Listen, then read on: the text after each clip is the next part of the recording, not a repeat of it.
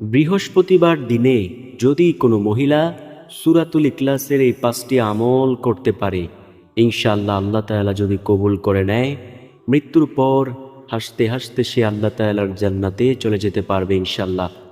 প্রিয় দর্শক, আপনি কি জান্নাত পেতে চান? যদি জান্নাত পেতে চান, সূরাতুল ইখলাসের এই 5টি আমল সব সময় করুন। এমন সেই আমলগুলো, আপনি যদি এই আমলগুলোর কথা শোনেন, আপনার অন্তরটা একেবারে জুড়িয়ে যাবে ইনশাল্লাহ। তো আজকের ভিডিওর প্রত্যেকটি আমলকে সুন্দরভাবে শিখুন, পরবর্তীতে নিয়মিত সব সময় করুন।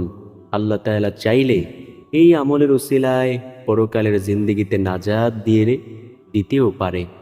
নবীজি সাল্লাল্লাহু আলাইহি ওয়াসাল্লাম হাদিসের মধ্যে বলেন, কোন দিনের আমলের বিনিময়ে আল্লাহ তাআলা বান্দাবান্দিকে জান্নাত দান করবেন, এটা কেউ বলতে পারে না। নবীজি বলেন, আমি যখন মেরাজে গিয়েছিলাম, আমি জান্নাতকে ঘুরে ঘুরে দেখলাম। আমি দেখলাম জান্নাতের মধ্যে একজন ব্যক্তি খুব আনন্দে ঘুরে বেড়াচ্ছে। আমি জিব্রাইল আলাইহিস সালামকে ডেকে ডেকে বললাম, জিব্রাইল, এই ব্যক্তির মনে কি এমন আনন্দ যে আনন্দের কারণে জান্নাতে সে এমন আনন্দে ঘুরে বেড়াচ্ছে? জিব্রাইল আলাইহিস সালাম বলল, ইয়া রাসূলুল্লাহ সাল্লাল্লাহু আলাইহি ওয়াসাল্লাম, এই ব্যক্তি যখন দুনিয়ায় জীবিত ছিল, রাস্তা দিয়ে হাঁটার সময় সে একটি কষ্টদায়ক বস্তু রাস্তায় পড়ে থাকতে দেখে। মানুষের চলাচলে কষ্ট হবে এই কথা ভেবে সে এটা রাস্তা থেকে সরিয়ে দিয়েছিল। আল্লাহ তাআলা যেহেতু বান্দা ও বান্দিকে অনেক বেশি ভালোবাসেন, আল্লাহ ছোট্ট এই আমলের কারণে তাকে জান্নাতে এমন মর্যাদা দান করেছেন। নবীজি সাল্লাল্লাহু আলাইহি ওয়াসাল্লাম বলেন, উম্মত, কোন দিনের আমলের বিনিময়ে আল্লাহ তোমাকে জান্নাত দান করবে, এটা কেউ বলতে পারে না।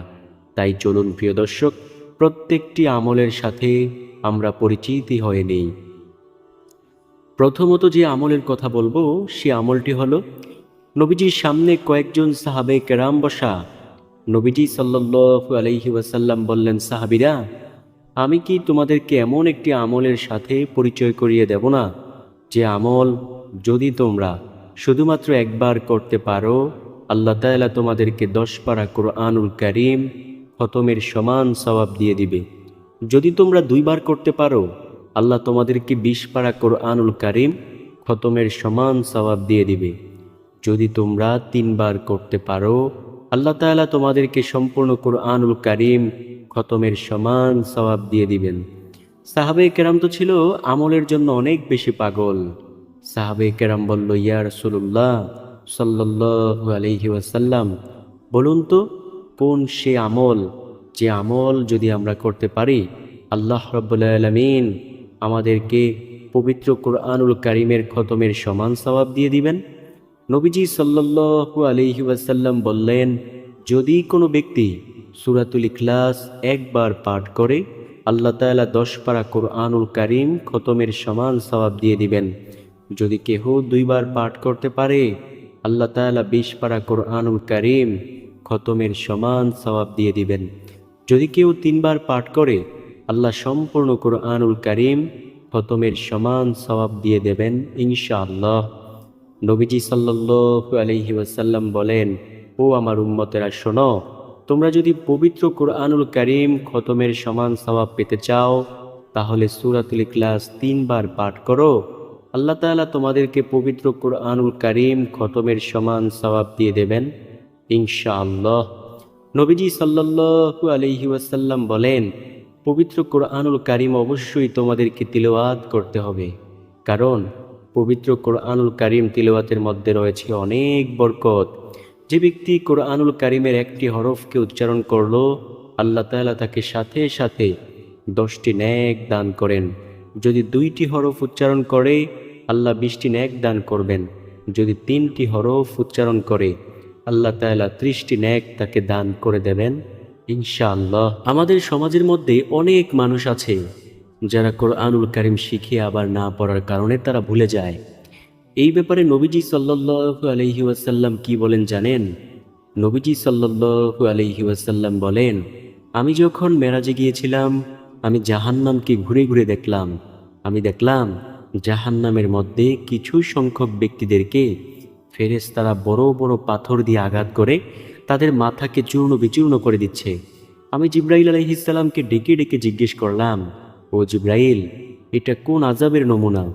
জিব্রাইল আলাইহিসসালাম বলল, ইয়া রাসূলুল্লাহ সাল্লাল্লাহু আলাইহি ওয়াসাল্লাম, এটা হলো আপনার ওই সকল উম্মতদের আযাব যারা দুনিয়ায় কোরআনুল কারীম শিখবে, না পড়ার কারণে আবার তারা ভুলে যাইবে। আল্লাহ তাআলা তাদের জন্য এমন ভয়ানক শাস্তির ব্যবস্থা করে রেখেছেন। প্রিয় দর্শক, তাই আমরা কোরআনুল কারীম শিখব, সব সময় তিলাওয়াত করব এবং সূরাতুল ইখলাস সব সময় পাঠ করব। আল্লাহ আমাদেরকে কোরআনুল কারীম খতমের সমান সওয়াব দিয়ে দেবেন ইনশাআল্লাহ। দ্বিতীয় নাম্বার যে আমলটির কথা বলবো, সে আমলটি সবার জন্য। প্রত্যেকটি আমলই সবার জন্য, তবে এই আমলটি আমরা সবাই ইউটিউব কিংবা গুগলে অথবা চ্যাট জিপিটিতে সার্চ করে থাকি। সে আমলটি হলো ধনী হওয়ার আমল। আমরা প্রায় সময় কিন্তু সার্চ করে থাকি যে কোন দোয়া পড়লে, কোন আমল করলে ধনী হতে পারবো, এটা আমরা সার্চ করে থাকি। তো আমি আপনাদেরকে বলছি একটি আমলের কথা, যে আমলটি স্বয়ং নবীজি সাল্লাল্লাহু আলাইহি ওয়াসাল্লাম শিখিয়েছেন সাহাবীদেরকে।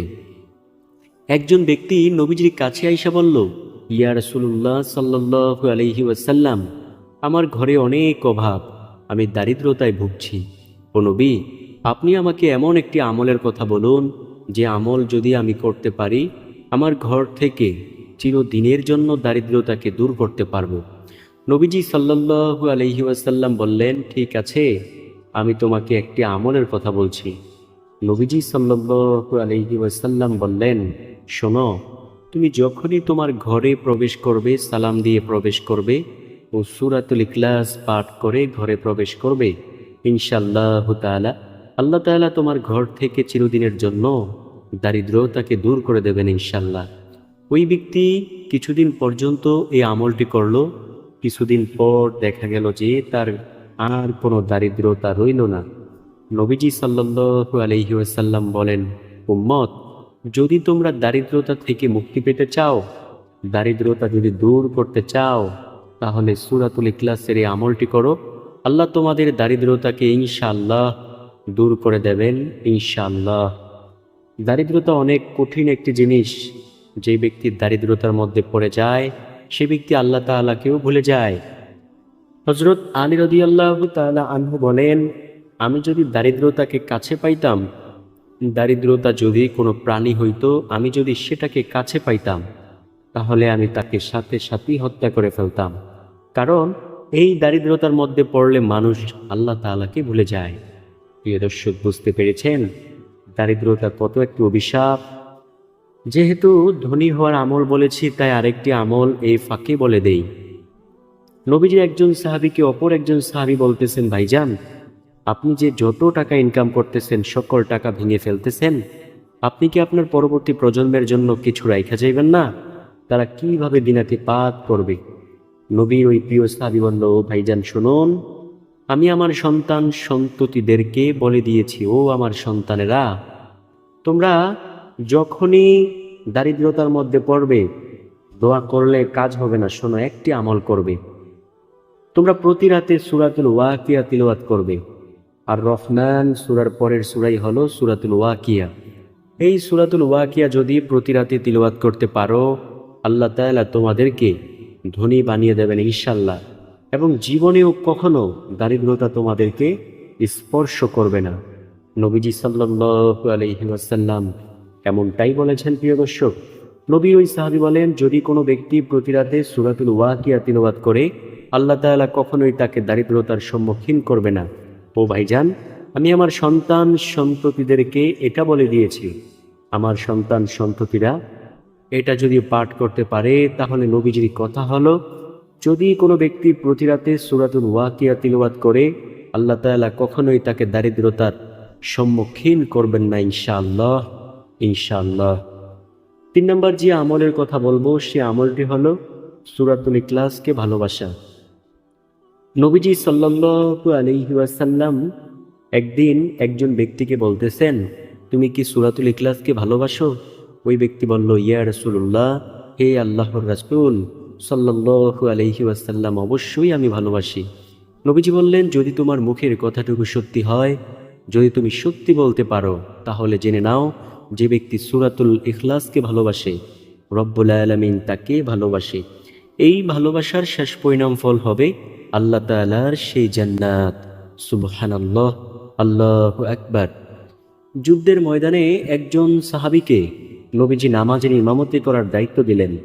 ওই সাহাবী নামাজের ইমামতির দায়িত্ব পেয়ে সব সময় সূরাতুল ইখলাস দিয়ে নামাজ পড়াইতো। এটা অন্যান্য সাহাবীদের কাছে একটু খারাপ লাগলো।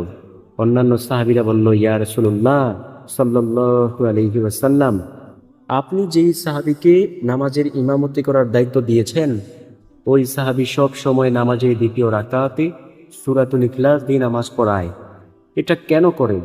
আজকের পর থেকে তাকে এটা করতে নিষেধ করিয়েন। নবীজি সাল্লাল্লাহু আলাইহি ওয়াসাল্লাম বললেন, ও সাহাবী, তুমি এটা কেন করো? আজকের পর থেকে তুমি আর এটা করিও না।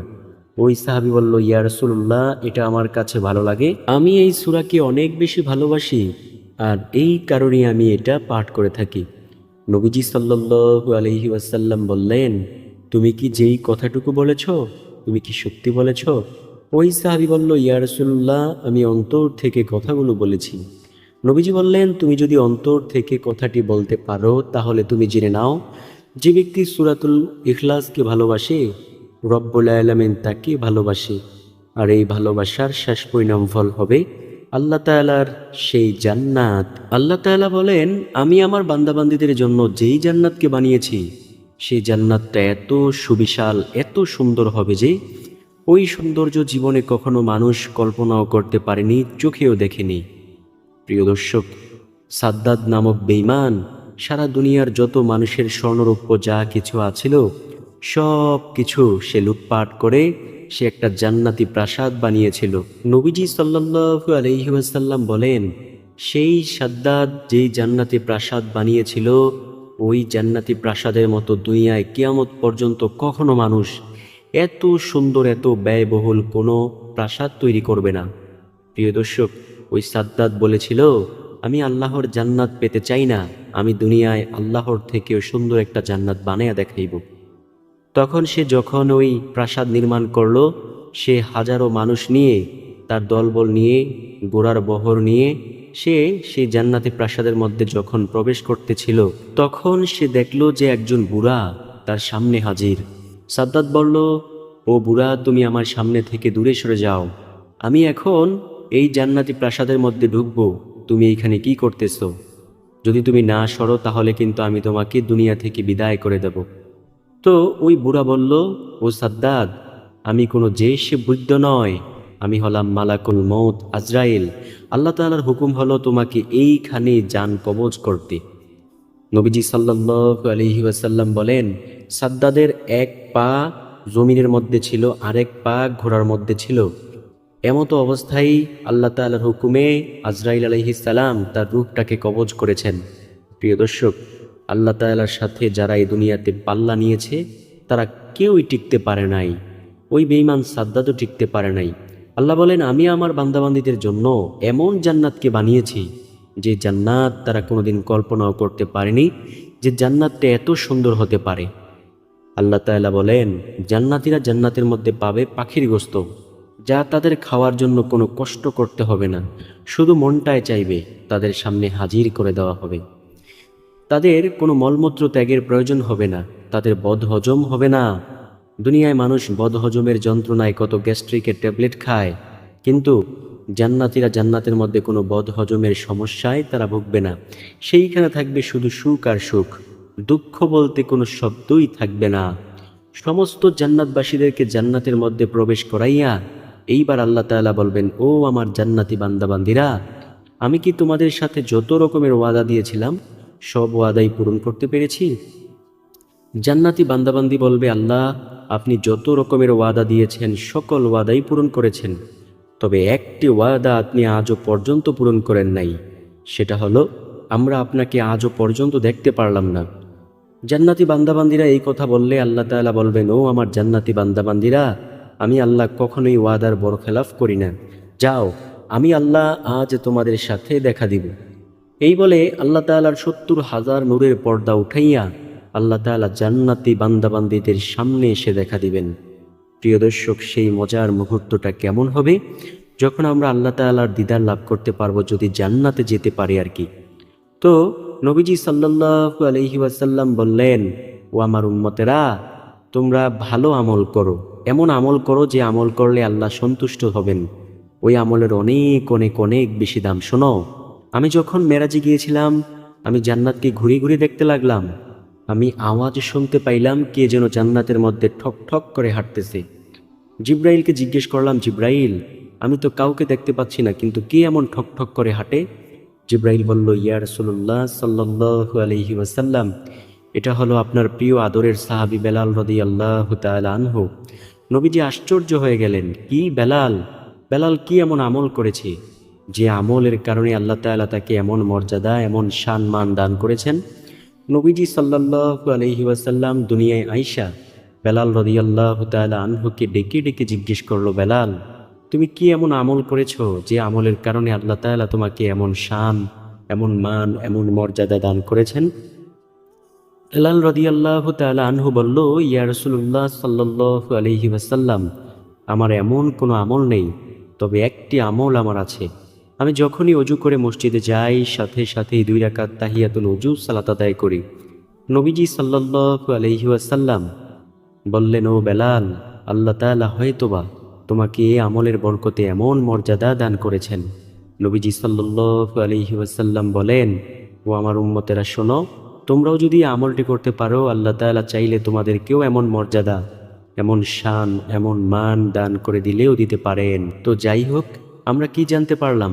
যদি কোনো ব্যক্তি সূরাতুল ইখলাসকে ভালোবাসে, রব্বুল আলামিন তাকে ভালোবাসে, আর এই ভালোবাসার শেষ পরিণাম ফল হবে আল্লাহ তাআলার সেই জান্নাত। 4 নম্বর যে আমলের কথা বলবো, সে আমলটি হলো সূরাতুল ইখলাস যদি কেউ অজুর পর 200 বার পাঠ করে, আল্লাহ তাআলা তাকে বিশেষ কয়েকটি পুরস্কার দান করবেন। 1 নম্বর যে পুরস্কারের কথা বলবো, সেই পুরস্কারটি হলো আল্লাহ তাআলা তার রাগের 300 দরজা তার জন্য বন্ধ করে দিবেন, গোস্বার 300 দরজা বন্ধ করে দিবেন, রিজিকের 300 দরজা আল্লাহ খুলে দিবেন। তখন তার কাছে শুধু অনবরত রিজিক আসতেই থাকবে। রহমতের 300 দরজা আল্লাহ খুলে দিবেন। প্রিয় দর্শক, যে ব্যক্তির উপর আল্লাহ তাআলার রহমত আছে, সেই ব্যক্তি বোঝে দুনিয়াটা কত শান্তিময় একটি জায়গা। রহমত অনেক সুন্দর একটা জিনিস। রহমত যাদের উপর থাকে, তাদের আত্মা, তাদের অন্তর সব সময় প্রশান্তি অবস্থায় থাকে। তারপরে যেই পুরস্কার, 2000 রাকাত নফল নামাজ আদায়ের সমান সওয়াব দিবেন। নফল নামাজের অনেক বেশি গুরুত্ব। নবীজি সাল্লাল্লাহু আলাইহি ওয়াসাল্লাম বলেন, হাসরের মাঠে যখন বান্দাবান্দির আমলনামা মিজানের পাল্লায় আল্লাহ তাআলা ওজন দিবেন, তখন যদি আল্লাহ তাআলা দেখেন যে ফরজ ইবাদতের ঘাটতি আছে, তখন আল্লাহ তাআলা ফেরেশতাদেরকে বলবেন, ও আমার ফেরেশতারা, আমার বান্দাবান্দির আমলনামায় দেখো তো নফল ইবাদত আছে কিনা। যদি নফল ইবাদত থেকে থাকে, তাহলে আজকে সেগুলোকে ফরজের সমতুল্য করে ওজনে মাপ দিয়ে দাও। সুবহানাল্লাহ। প্রিয় দর্শক, বুঝতে পেরেছেন নফল ইবাদতের কত বেশি দাম? নবীজি সাল্লাল্লাহু আলাইহি ওয়াসাল্লাম বলেন, তোমরা নফল আমল করো। নফল আমল যে যত বেশি পরিমাণে করবে, সে তত আল্লাহ তাআলার কাছাকাছি চলে যাবে ইনশাআল্লাহ। আল্লাহ তখন তাকে ভালোবাসতে শুরু করবে। হাদিসের মধ্যে এসেছে, যখন কোনো ব্যক্তিকে আল্লাহ তাআলা ভালোবাসতে শুরু করে, আল্লাহ সর্বপ্রথমে জিব্রাইল আলাইহিস সালামকে ডেকে ডেকে বলে, ও জিব্রাইল, আমি জমিনের অমুক ব্যক্তিকে অনেক বেশি ভালোবাসি, তোমরাও তাকে ভালোবাসো। জিব্রাইল আলাইহিস সালাম আকাশের সব ফেরেশতাদেরকে বলে দেয়, ও আকাশের ফেরেশতারা, আল্লাহ তাআলা জমিনের অমুক ব্যক্তিকে অনেক বেশি ভালোবাসেন। আল্লাহ তাআলার হুকুম হলো, তোমরাও তাকে ভালোবাসিও। আকাশের সব ফেরেশতারা তখন তাকে ভালোবাসতে শুরু করে। এইদিকে আল্লাহ তাআলা জমিনের মধ্যে সেই ভালোবাসার চাবি পাঠিয়ে দেন, যার কারণে সমগ্র দুনিয়ার মানুষ তার জন্য পাগল পারা হয়ে যায়। তো আমরা কি পাইলাম? যে ব্যক্তিকে আল্লাহ তাআলা ভালোবাসে, নবীজি সাল্লাল্লাহু আলাইহি ওয়াসাল্লাম বলেন, তাকে দুনিয়ার মানুষও ভালোবাসে। অর্থাৎ সে যদি মুসলিম হয়, বিধর্মীদেরকেও তো আল্লাহ তাআলা ভালোবাসেন না, তো তাদেরকেও তো দেখা যায় যে দুনিয়ার মানুষ ভালোবাসে। তো প্রিয় দর্শক, আমরা অবশ্যই সূরাতুল ইখলাসকে ভালোবাসবো এবং অজুর পর 200 বার সূরাতুল ইখলাস পাঠ করব। তারপরে যেই পুরস্কার, জান্নাতের মধ্যে 70টি মহল দান করবেন, প্রত্যেকটি মহলে থাকবে 70,000 দরজা। আপনি মনে মনে ভাবতে পারেন যে জান্নাতটা কি এত সুবিশাল হবে? নবীজি কি বলেছেন জানেন? নবী বলেন, আমার যে উম্মত সর্বশেষ জান্নাতি হবে, তাকে আমি চিনি। তাকে আল্লাহ যেই জান্নাতটা দান করবেন, সেই জান্নাতের আয়তন হবে এই দুনিয়ার থেকেও 10 গুণ বড়। সুবহানাল্লাহ, আল্লাহু আকবার। নবীজি বলেন, ওই উম্মত কোটি কোটি বছর, অগণিত বছর জাহান্নামের আগুনে জ্বলার পর সে একেবারে কয়লার ন্যায় হয়ে যাবে। তখন আল্লাহ তাআলা তাকে জাহান্নাম থেকে বের করে আনবেন। আল্লাহ তাআলা বলবেন, বান্দা তুমি কি জান্নাত পেতে চাও? ওই বান্দা বলবে, আল্লাহ আমাকে আপনি দয়া করে মায়া করে জান্নাত দান করেন। দীর্ঘকাল জাহান্নামের আগুনে জ্বলতে জ্বলতে, জাহান্নামের কষ্ট সহ্য করতে করতে আমার জীবন শেষ। আল্লাহ আপনি যদি আমাকে দয়া করে মায়া করে জান্নাত দান করেন, আমি অনেক বেশি খুশি হব। তখন আল্লাহ বলবেন, যাও আমি তোমাকে জান্নাত দান করলাম। ওই ব্যক্তি যখন জান্নাতে প্রবেশ করতে চাইবে, তখন তার কাছে মনে হবে যে জান্নাতটা ফুলফিল হয়ে আছে, অর্থাৎ পরিপূর্ণ হয়ে আছে। ওই ব্যক্তি তখন বলবে, আল্লাহ আপনি তো আমাকে জান্নাত দান করেছেন, কিন্তু আমি তো ভালো করে তাকিয়ে দেখলাম জান্নাতটা পরিপূর্ণ হয়ে আছে। আল্লাহ তাআলা বলবেন, আমি আল্লাহ তোমাকে যেই জান্নাতটা দান করেছি সেই জান্নাতের আয়তন হবে তুমি যেই দুনিয়ায় জীবিত ছিলে সেই দুনিয়ার থেকেও 10 গুণ বেশি বড়। সুবহানাল্লাহ। তো তাই তো নবীজি সাল্লাল্লাহু আলাইহি ওয়াসাল্লাম বলেন, আল্লাহ তাআলা আমার যে উম্মত সর্বশেষ জান্নাতি হবে, তাকে যেই জান্নাতটা আল্লাহ দান করবেন সেই জান্নাতের আয়তন বা পরিধি হবে এই দুনিয়ার থেকেও 10 গুণ বেশি বড়। সুবহানাল্লাহ, আল্লাহু আকবার। তারপরে যেই আমলের কথা বলবো, সূরাতুল ইখলাস যদি আপনি বেশি বেশি পরিমাণে পাঠ করতে পারেন, আল্লাহ রাব্বুল আলামিন আপনাকে শিরকের গুনাহ থেকে বাঁচিয়ে দেবেন ইনশাল্লাহ। অর্থাৎ শিরকের সকল গুনাহ থেকে আল্লাহ আপনাকে বাঁচাইবেন। প্রিয় দর্শক, যে ব্যক্তি শিরকের গুনাহ করবে তাকে নবীজি সাল্লাল্লাহু আলাইহি ওয়াসাল্লাম হাশরের মাঠে হাউজে কাউসারের কিনারা থেকে দূর দূর করে তাড়িয়ে দেবেন। নবীজি সাল্লাল্লাহু আলাইহি ওয়াসাল্লাম আম্মা জান আয়েশা রাদিয়াল্লাহু তাআলা আনহাকে ডেকে ডেকে বললেন, আয়েশা শোনো, আমি নবী হাশরের মাঠে হাউজে কাউসারের কিনারা থেকে কিছু সংখ্যক উম্মতকে দূর দূর করে তাড়িয়ে দেব। আম্মা জান আয়েশা রাদিয়াল্লাহু তাআলা আনহা বলল, ইয়া রাসূলুল্লাহ, তারা কি এমন গুনাহের কাজ করবে যার কারণে আপনি তাদেরকে হাশরের মাঠে হাউজে কাউসারের কিনারা থেকে দূর দূর করে তাড়িয়ে দেবেন?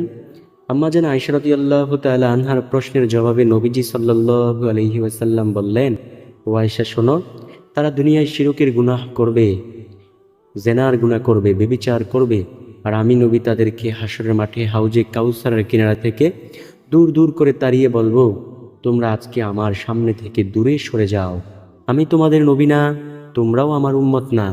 তো প্রিয় দর্শক, বুঝতে পেরেছেন সেই কঠিন পরিস্থিতি কেমন হবে?